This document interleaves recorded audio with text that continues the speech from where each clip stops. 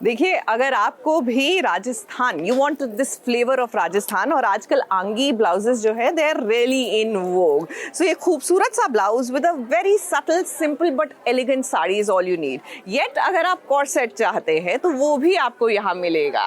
And यहाँ पर खूबसूरत सी embroidery. I saw this beautiful sari with a beautiful blouse. So this is absolutely amazing, और मुझे लगता है the young generation would love these designs. For that matter, I would also like to wear these sarees, but it has nothing to do with age. But definitely these are beautiful. और ये हमारी correction, तो काफ्तान्स भी आपको यहाँ पर मिल रहे हैं।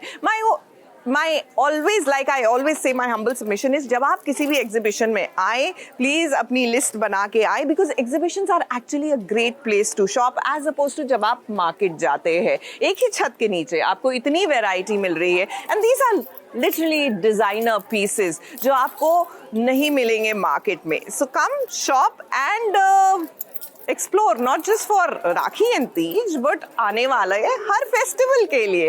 इसी के साथ चलिए आपको लिए चल रहे हैं महादेव एंड सन्स की ओर।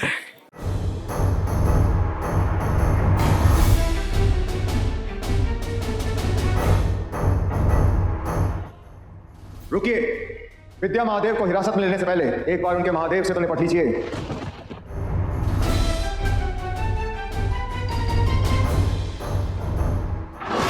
ये है हमारी धर्मपत्नी विद्या महादेव।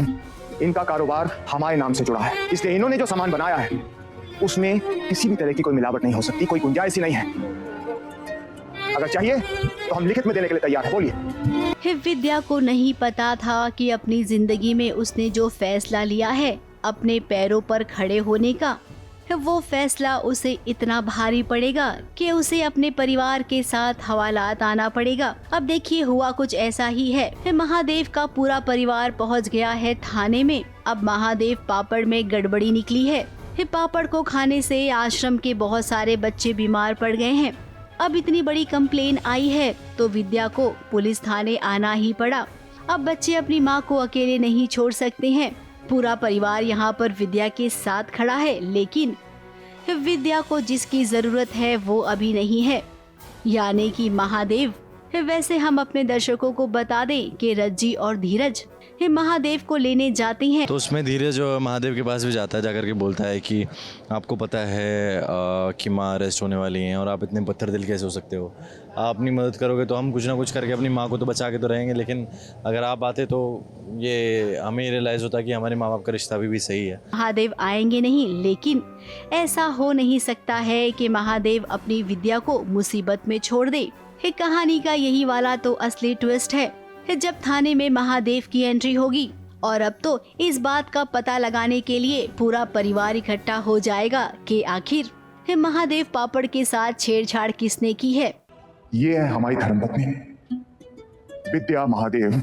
इनका कारोबार हमारे नाम से जुड़ा है, इसलिए इन्होंने जो सामान बनाया है उसमें किसी भी तरह की कोई मिलावट नहीं हो सकती, कोई गुंजाइश ही नहीं है। अगर चाहिए तो हम लिखित में देने के लिए तैयार हैं, बोलिए।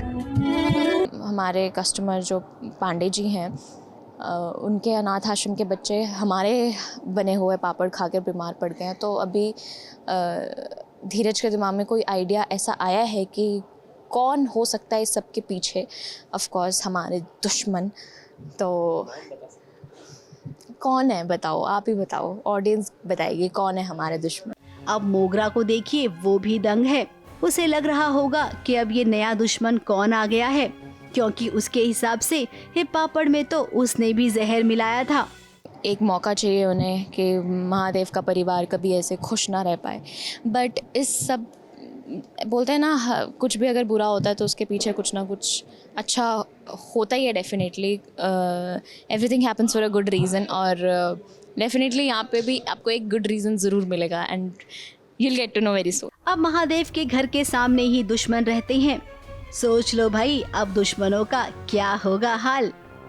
मुंबई से विशाल शर्मा के साथ एबीपी न्यूज रिपोर्ट।